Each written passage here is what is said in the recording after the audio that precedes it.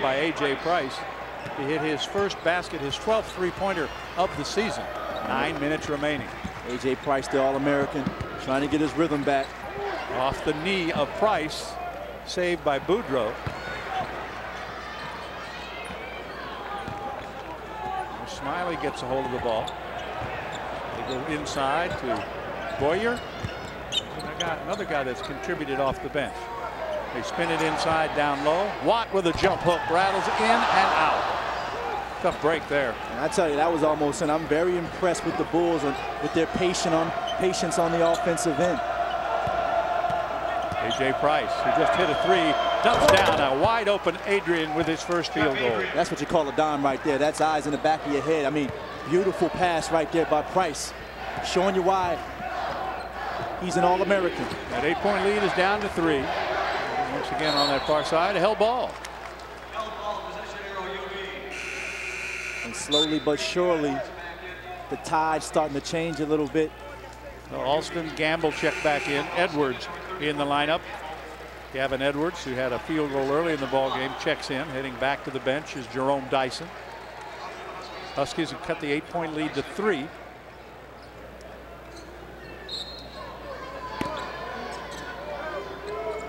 Alston will handle, and they'll reset with Greg Gamble. Boudreaux logging a lot of minutes off the bench, but he was a starter last year. And for the Bulls right now, you just want to continue to run your offense, continue to get the shots you were getting before. Gamble spins in the lane, and it's held again. This time, Adrian got a piece of it. And so it'll be UConn's ball. 24-21 with 7:40 remaining here in the first half of play. Beautiful feed underneath and a nice finish over Thabit. I promise to play by the rules. To play fair. Act with integrity. I promise. Buffalo has had the lead most of this opening half of play. We did have 4 lead changes and a 1-point lead briefly several different times for Connecticut. I'm John Sanders, along with former Nova star John Celestin. Buffalo, the home team in white, the Huskies, the visitors, in their blue. We are NCAA college basketball from Alumni Arena in Buffalo, New York. Actually, it's Amherst, but it's the University at Buffalo, not the University of Buffalo. Yeah, that's going to confuse me all night right there. I saw that on the highway, and I thought I was going the wrong way coming in here. I said, am I at the right university? Well, you can just call them the Bulls or just call them Buffalo and don't mess with the rest of it. You see right there, Connecticut starting to pound that ball inside. And Buffalo's been getting most of their points in transition on the perimeter. But there's a little delay here because the clock says 7:50, and I'm not sure that's correct, and I think that's what the officials are trying to figure out. 3-point lead for the Bulls over the Huskies. Huskies ranked number 2 in the nation.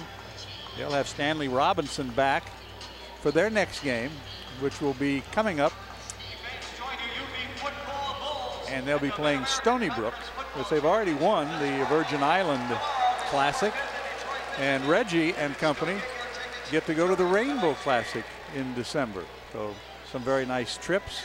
A lot of traveling there, and UConn's going to really benefit from getting Stanley Robinson back. I mean, you're talking about a front line of Thabit and Jeff Adrian, and then when you add Stanley Robinson, who I thought did a tremendous job last year for the Huskies, it just makes them even more dominant up front. And they'll be glad to get him back because they'll get even bigger if they're not big enough already. You can say that again. Tim Calhoun, 23rd year, 539 wins at UConn, 781 in his career, and we are ready to go back. 24-21, clock was okay. And I think they're still having problems with the clock. Well, there was 7:50. Now it says 7:49. I mean, we know Kemba Walker's quick, but he's not that quick. He's not lightning quick, is he? You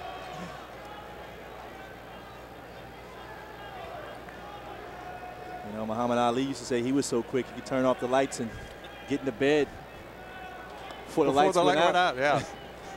Well, apparently the remotes, and those are the little packs on the back of the officials, are not working properly because when they touch that whistle, it's supposed to either start or stop the clock, right? So that's what those gadgets are. I learn something new every day. Well, they're all timed and they're set up with the scoreboard clock. So 3 seconds came off the 35-second clock, and now they've straightened it out so that it's at 7:46. And here we'll try it again. Walker on the move. Little crossover dribble. Bumps it down low. And they go low inside. No shot. Good effort inside, but a foul is going to be called on Alston. He will pick up number 2. And you can tell that was a set play out of the timeout or out of the stoppage in play right there. Walker bringing it right over to the left side and posting up Edwards, who's done a good job coming off the bench. He's versatile. I think he's leading the team. He's actually leading the team with 65% from the field this year, so very efficient. Been a good foul shooter at 87%. Check that. He's 8 of 11, so he's about that, yeah. Trying to make it a 1-point game, spins it up, and it gets the roll. So Boudreau has returned to the lineup. Jeff Adrian is back on the court for UConn. They have cut what was an 8-point lead to 1. Handling the basketball is Boyer. And UConn likes to try to pick up full court and try to force you to play a little bit faster or possibly turn the ball over, but nothing doing for the Huskies tonight. The Bulls very patient and getting to the rim. Blocked inside as Gamble drove to the basket. Jim Calhoun wants him to go. They will stop and go. Spin, blocked there. Loose ball. Gamble has it. It's been over 2 minutes since the Bulls have scored. Almost 3. Smiley has it. Walker on him. They dump it down inside. Short jumper, and that's way long and right into the arms of Dyson. And that was changed by the long wingspan of Thabit. On the drive, nicely done. Terrific effort that time by Austri.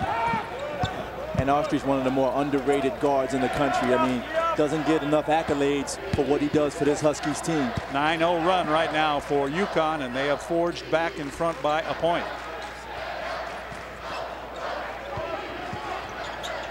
Boudreau off the glass, rims out. Thabit kicks the rebound to Walker. He's flying down the middle of the court. Left hand move off the dribble. I think that's going to go on Adrian. Going for the rebound. And they're going to call that on Jeff. I think he cleared out with his right arm right there to get that rebound.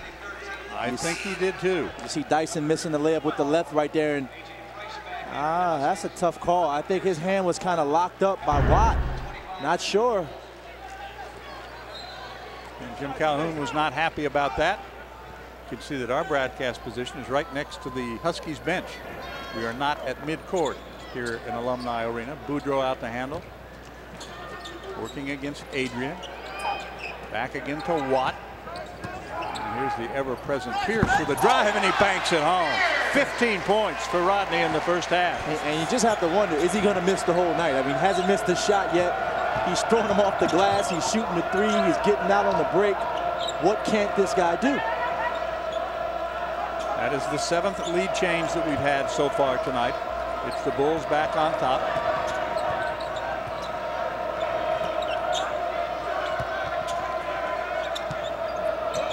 Walker thought about a 3. Shot clock is at 7. Makes a move, powers his way inside. That one won't go. The 3-point attempt by Dyson. Oh, here come the Bulls again.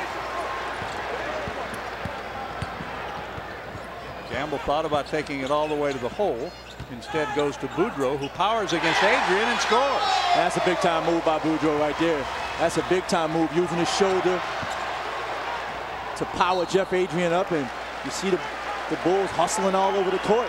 And you know, the Huskies are trying, I think, John, to run with them, but it's not working out so far. Austri will check back into the lineup. Fedotov, number 15, the senior from Germany, is in the lineup, and he'll take over for Mitchell Watt. Addison also back in. Boudreau will get a blow. Boudreau's played well.